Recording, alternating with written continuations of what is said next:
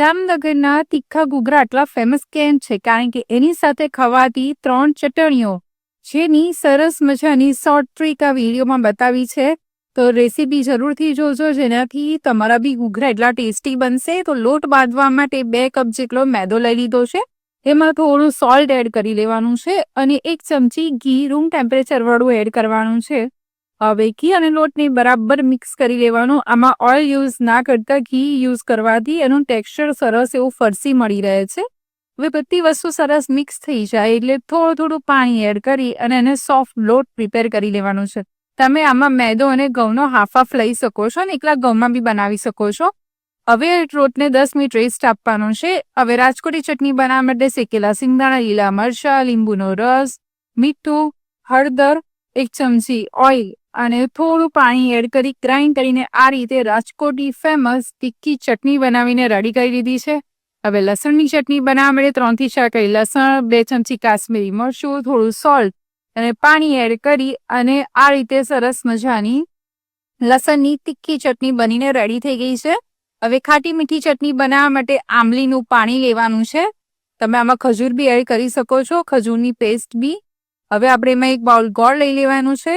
હવે થોડું લાલ મરચું અને ચપટી ધાણા જીરું એડ કરી અને આ ચટણીને સરસ મજાની ઉકળવા દેવાની. જેટલી સરસ ઉકળશે એટલી ગાઢી થશે.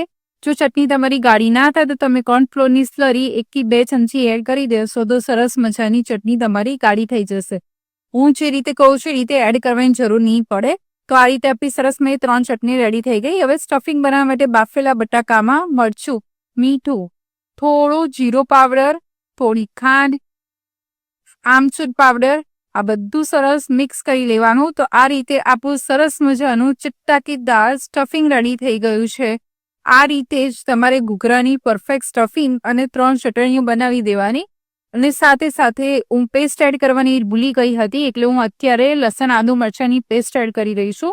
તમે એને 1 થી 2 ચમચી તેલમાં સાંતળીને બી એડ કરી શકો છો અને આ રીતે કાચી બી એડ કરી શકો છો, કારણ કે આપણે ઓઇલમાં ફ્રાય થઈ જ જવાની છે. હવે આપણે લોટને સરસ રેસ્ટ અપાઈ ગયો છે એટલે એનો નાની સાઈઝનો લુઓ કરી લેવાનો છે અને એને પતલી રોટલી જેમ પૂરી વણી લેવાની છે. જેટલી સરસ પતલી રાખશો એટલી સરસ મજાની એ ફરસી થશે. હવે વચ્ચે બટાકાનું સ્ટફિંગ મૂકી અને આપણે જે રીતે મીઠા ઘૂઘરા બનાવતા હોઈએ છીએ એ જ રીતે તીખા ઘૂઘરા બનાવી અને એનો શેપ આપી દેવાનો છે. જો તમે આ રીતે હાફ ફોલ્ડ કરી અને ઘૂઘરાની જે આપણે આંકડી પાડતા હોઈએ છીએ એ આંકડી પાડતા ના ફાવે તો તમે ફોકના મદદથી બી એને સીલ કરી શકો છો. અને બહાર ઘૂઘરાનું બીબો બી મળતું હોય છે, એના થ્રુ બી તમે આ રીતે ઘૂઘરા રેડી કરી લેવાના. તો આ રીતે ફ્રેન્ડ્સ આપણા ઘૂઘરાને સરસ શેપ અપાઈ ગયો છે. એ રીતે બધા ઘૂઘરા રેડી કરી લેવાના. મીડિયમ ફ્લેમ પર ગરમ કરેલા તેલમાં બંને સાઈડથી સરસ મજાની ક્રિસ્પી થાય ઘૂઘરા અને લાઇટ બ્રાઉન કલર આવે ત્યાં સુધી તળી લેવાના છે.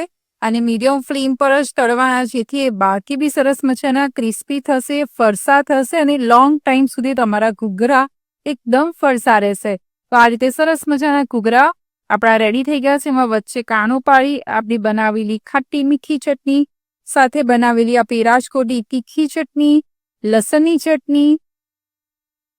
હવે આપણે એના ઉપર થોડી ડુંગળી ઝીણી સમારેલી, સાથે મસાલા પીનટ અને ઝીણી સેવ લઈ લઈશું. તો આ રીતે સરસ મજાના આપણા જામનગરી તીખા ઘૂઘરા ઘરે રેડી થઈ ગયા છે. તો આ રેસીપી કેવી લાગી મને કોમેન્ટમાં જણાવજો અને તમે જરૂરથી ટ્રાય કરજો. ખરેખર ટેસ્ટી એવી રેસીપી છે.